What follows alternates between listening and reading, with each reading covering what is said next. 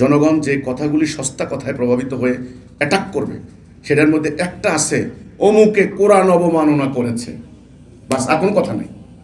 অমুকে নবী অবমাননা করেছে, মানে মহানবীকে কটূক্তি করেছে, এই দুটা পয়েন্ট। অমুক আল্লাহকে গালি দিছে, তিনটা পয়েন্ট। অমুকে সাহাবীরে গালি দিছে, আর দরকার নেই ভাই, আল্লাহকে গালি দিছে, কোরআনকে গালি দিছে, নবীকে কটূক্তি করছে, সাহাবীকে গালি দিছে। তিন চারটা পয়েন্ট ভয়ঙ্কর।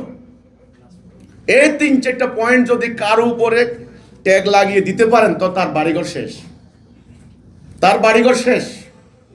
আমার প্রশ্ন, ভয়ঙ্কর এই ধরনের একটা কথা বলেছে যে আমরা নাকি বলেছি সাহাবীরা বিশ্বাসঘাতকতা করেছেন, তারা পথভ্রষ্ট বেঈমান হয়েছেন। নাউজুবিল্লাহ, আস্তাগফিরুল্লাহ।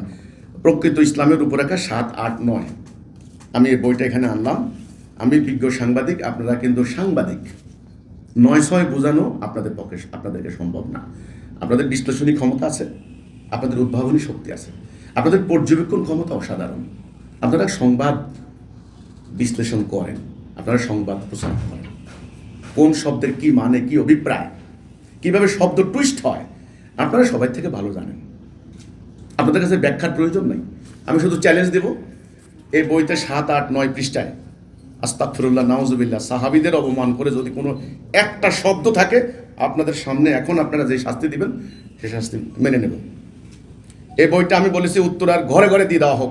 যদি একটা লাইন অন্যায্য থাকে আমরা তওবা করবো, আর কোনো কথা নেই।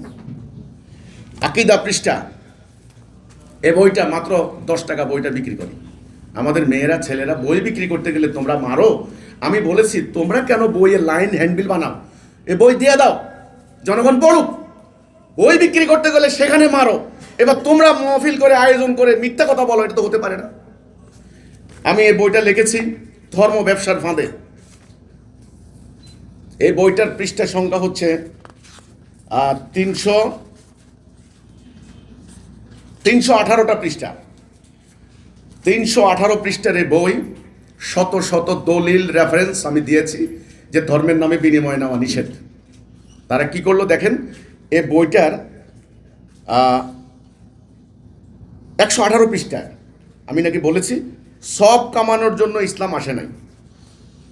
আপনি 318 পৃষ্ঠা আপনারা যে কোনো একজন পড়ে দেখেন, ওনাদেরকে বইগুলো দিয়ে দিবেন। সব কামানোর জন্য ইসলাম আসে নাই, এই যে কথাটা। আচ্ছা, আল্লাহ নবীর ইয়েতে নাই, কি রবের জায়গায় নাই।